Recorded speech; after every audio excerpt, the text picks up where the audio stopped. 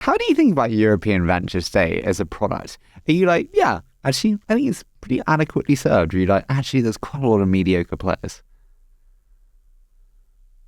As in, are there too many players in the market? Are there too many players, one? I think venture is a very transparently competitive sport where the founders ultimately choose who deserves to be in the ring, which is quite an exciting industry to be in. Like, you constantly have to earn your place. And I think what's exciting about Europe especially is, 10 years ago, European founders felt that they had to go to the Valley to raise capital because there wasn't sufficient capital in Europe. Now a founder does not have to leave. Like, everyone's here for them to choose.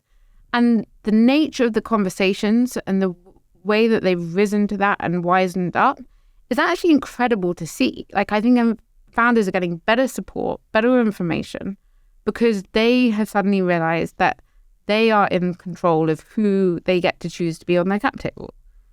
I credit podcasts like this, to be honest, but I agree with the sentiment entirely. No, I agree.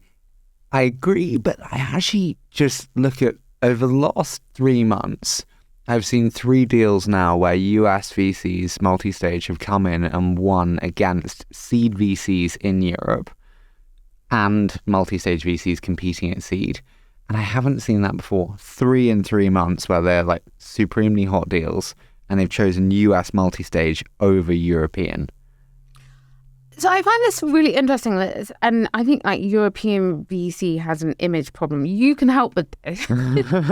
So if we look back at the history of European unicorns that have been built and look at who supported them in seed and Series A, it wasn't US multi-stage firms. So there is something to be said for the European firms at the early stage who have the understanding, the network, etc., who support these companies. But there's obviously a lot of prestige with US venture and these brand names. And I think for some founders, that's really important. But I think that if European venture did a better job from a PR perspective of how they've helped build these companies at the early stage, founders wouldn't have this kind of, they feel like it's a lesser to pick from a European VC, but it's the ones on the ground who understand who are going to be able to help you. It's interesting you say about me having a role in that. European VCs suck at telling stories. I know often people are like, oh, why didn't you have more European VCs? Honestly, they really do not articulate stories well, and they're not inspiring, exciting. They don't resonate in a way that US VCs absolutely do. Like, it's really interesting. US VCs sell their product better. I mean, Americans are very good at selling. Which we love. To our US audience, we're very, very grateful for your sales ability.